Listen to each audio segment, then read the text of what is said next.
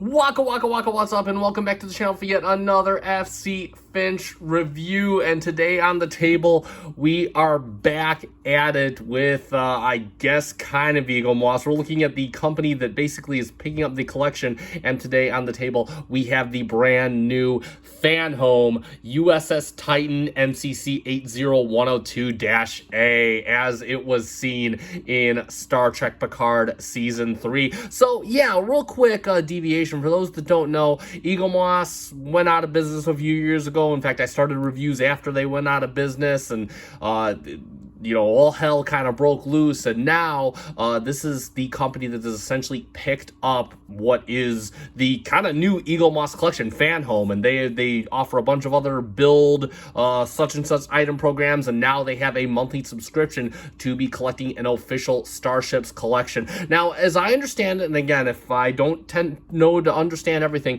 feel free to correct me in the comments. This is going to be subscription based only, at least for now. It is. So it's once a month, and it's about 45 to whatever it is a month for the bigger ones, but either way, it's going to be a brand new ship every month, and this is the first one in the collection, or the new collection on the table. So we're going to be taking a look at it today, and I'm super excited. It feels just like I guess 2022 or 21 again, whatever it was before Eagle Moss closed. So let's get in. Let's take a look at the box. So on the box, of course, typical, you can see it's kind of that Eagle Moss flair. So we, of course, we have the actual ship on the box, U.S.S. Titan NCC-80102-A, Star Trek Picard. Incidentally, as far as I know, they have like 20 issues planned so far, and all of them are from Picard or Prodigy or Lower Decks or Strange New Worlds. So if you don't like any of the new iterations of Star Trek, you're going to be kind of SOL with this collection. But if you do, you're going to be at home, because it's a chance to get some ships you've never gotten. Official Star Trek Starships collection done by Fanhome, and then of course on the top we have a side view of the ship on the stand. Struggle with not say Eagle Moss. Star Trek Picard, U.S.S. Titan, and then on the side Fanhome, fanhome.com. On the other side got a nice animation. This was the Discovery, and now it is it changes with whatever. I assume it's going to be changing with whatever TV show that it's going over. And then of course Fanhome on the other side, and all the legal mumbo jumbo on the bottom, StarTrek.com. And that is about it for the box. It does look very good. I do very much like the galactic kind of look behind it. Let's get the handy dandy box cutter out. Lightsaber noises. And so we're gonna be doing the unboxing and review for pretty much all of these. So you're gonna be getting my first impressions before we go into the in-depth review on it all. So let's just kind of cut the tape real quick. Let me put this away, and I think there we go. Yep, that's it. And we're gonna open this up, and we got a little flyer thingy from Fanhome, which whatever that is. And welcome aboard, Captain. Oh, cool, it does call me Captain Finch here. And yeah, how about that? Look at that, got a little note here. You can pause and read that in your own time. And then of course we do have the whoa, we got two things here. We're getting ahead of ourselves. Oh wow, so we got all the little tidbits on the collection, and yeah, so this is all that we're getting. We got the Titan, we got the Helios, we got the U.S.S. Protostar, and we got the Dauntless on there. Look at that. So yeah, all of the new series, and you can possibly read that on your own time. Wow, and this is kind of a list of all the ships that we're going to be getting. Look at that. So we got to know, this is the one I'm looking forward to, the Stargazer, and of course the Enterprise F. We finally get a big boy. The fans' voices have been heard. Die-cast models, or so they say. And it looks like a 10.5 inch Enterprise F. That is gonna be a treat. And then of course we got some more promos of everything. And then of course we have U.S.S. Titan. We got a dedication plaque. We got like a bunch of diagrams. So all the kinds of cool stuff we can get from this. And then of course we have our magazine. We're back to magazines again. I love the fact that it went with the smaller size. It says official Starships collection U.S. Star Trek. And then of course we have a nice shot of the Titan on there. You can see a little code and everything, and the cells all lit up. U.S.S. Titan NCC-80102-A by Fanhome. Sorry for the glare. And then, of course, on there we have a bunch of spec information, our typical spec information. Commission 2396 at a length of 560.5 meters, commanded by Liam Shaw, one of my favorite characters in Season 3. Weaponry, phasers, and photon torpedoes, and deflectors, and metaphasic shields. How about that? All that cool stuff. And then, of course, we have a nice little shot of the Titan. I'm not going to read any of this for you. You can all read it on your own time should you get involved in the collection. Nice shot of the Titan A there. And then, of course, oh, this is my favorite. I'm not even sure if Memory Alpha has this. It's been a while since I checked Memory Alpha, but you got the nice orthographic views. U.S.S. Titan, a really nice poster child for the collection right there. Absolutely cool. Very nice shot of the actually no, that's is that the dad? That kind of looks like a bit more curvy, but yeah, it's kind of just like an early design, I'm guessing. But there we go on there. And if I'm not mistaken, I believe this is a heavy, this is basically a heavy, it heavily uses the Bill Krause Shangri-La design. I'll post a little picture right there. You can watch, if you haven't seen the Trek Yards episode on Bill Krause's Shangri-La design, definitely check that out. Trek Yards is a great channel for all this kind of information, and I believe this is very heavily based off that design. So super cool, and super congrats to Mr. Krause. It's not every day that we know the ship eventually becomes the Enterprise. Spoiler alert. So again, it's not every day that you get told that, hey, the ship that you worked really heavily on is going to become the Enterprise. So there we go. More shots of the Titan on there. Then of course some nice isometric views of the Titan. Looks really good. Again, a really nice shot here. Then of course the Titan right over here, and then of course Star Trek on the back, and that's pretty much it for the magazine. And without further ado, it is time to get my first impressions. Now, before I open this, so far all the cases I've seen online, they've come, all the ships have been intact. I did see one case where the nacelles on one ship were detached, or at least one of them was. So apparently there are some lingering, at least shipment QC issues at foot here. But let's check this out again. I have not yet looked at the ship until now, so let's get right into it. And of course we'll take off the top. Man, it's like reuniting with an old friend. And no, we have a ship intact in the box. There it is. And first let's get the stand out real quick. We'll do our typical stand instructions. I've missed this. Have you missed this? Don't tell me you haven't missed this. This is a beautiful moment right here. This is why we collect these things. And of course, no sticker on the bottom. Just got a really nice felt bottom. And it's basically a typical Eagle Moss stand. So this basically goes the same way you expect to. You got the stand right here, and then of course you got the peg right in there, and yeah, that looks like it pegs in quite firmly. And let's get the ship out. I want to do some first impressions of the ship. And so straight away, feeling the ship real quick, and again, you gotta get the little pieces of styrofoam on here. It's on the light side.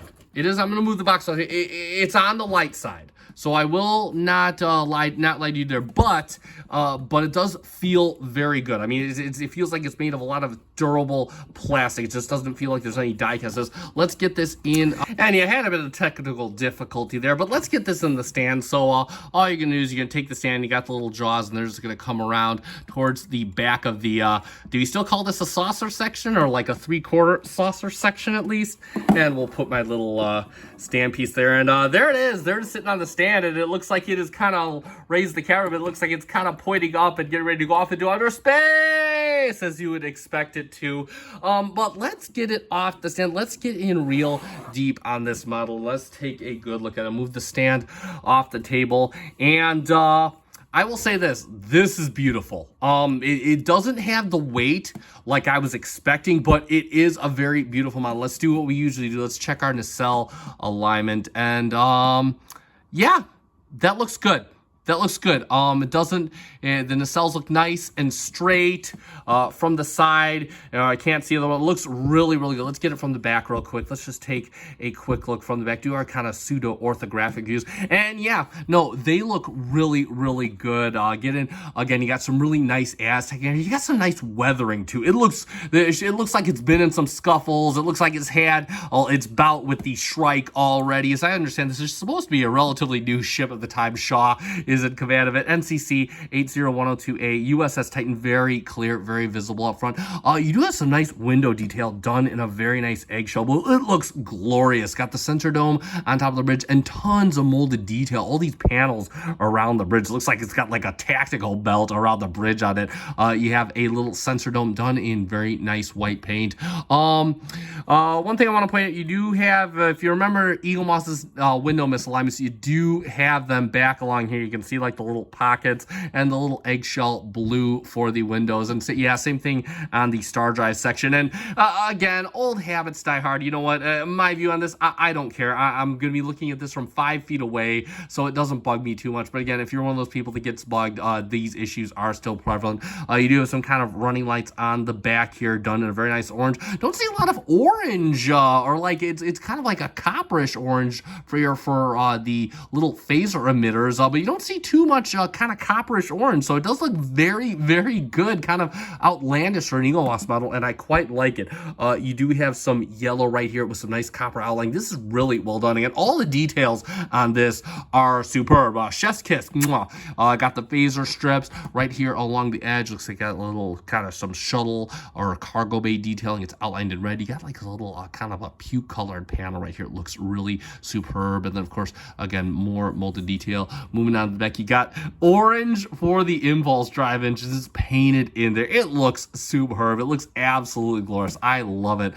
You do have some orange clear plastic for the Bassard collectors and blue just all the way back. It is kind of textured as you go all the way back towards the aft. And of course, on the back, you got the U.S.S. Titan NCC-80102-A right on back. That looks really good. Got the little pennant going up to the front towards the deflector area. And again, a really nice size model as well. Coming into the deflector, and you can see it is done in a very nice light blue clear plastic. Ooh, on the bottom, look at this. And you're never going to see this. You got the little warp core done in a very nice eggshell blue, even textured at the top of the deflector dish, which looks really, really good. You got some window detailing, and of course the sensor dome done in a very nice eggshell blue. More phaser strips down here. You got the NCC-80102. Sorry for the glare right on the bottom. It looks beautiful.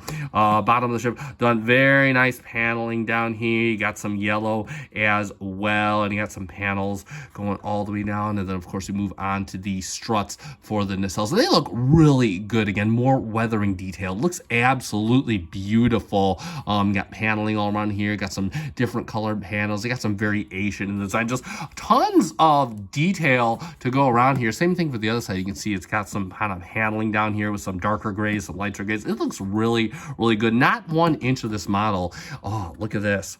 Look at that. Even the outside of the shuttle bay has like docking board detail. You got like the yellow on there. I don't even think any other Eagle Moss model has done this just yet. This looks good. It has the Titan clearly visible on the back, texturing for the shuttle bay door. It looks good. It looks like shuttles can just land right on back there. That looks really good. You even got the lights, the running lights on the back of the cells, green and red, looking really good. Yeah, overall, this is superb. This is really, really well done. I am absolutely amazed. Again, I'm a bit, I wouldn't say I'm bummed. I'm just a bit surprised. The weight isn't 100% what I was expecting, but in terms of detail, this is like classic. This is a really strong start for this collection.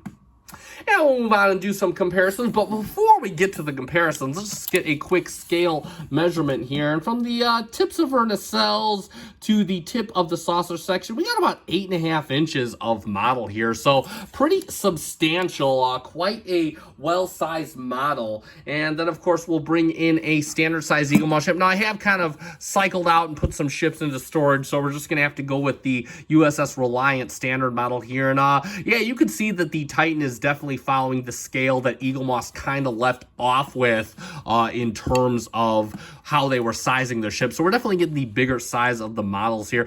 Scale-wise, you know, never to expect anything from Eagle Moss, even though I do believe that this is relatively close, kinda. But again, if you're trying to buy these models to scale with one another, you're going to kind of be SOL as far as Fanhome / Eagle Moss is concerned. That's not what they're going for with these ships. But there we go from the nice frontal view. And ooh, you got some nice window detail on the outer edges of the saucer. That looks really good on the Titan.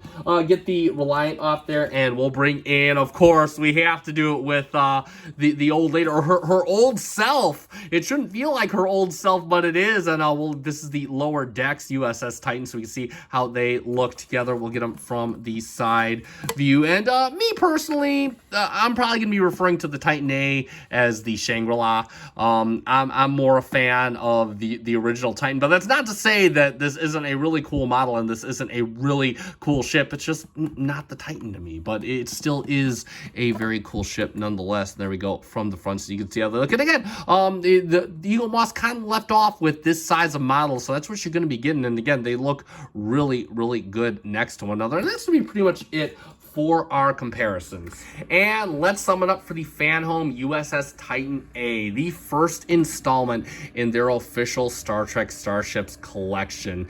And how did Captain Kirk put it? My friends, we have come home.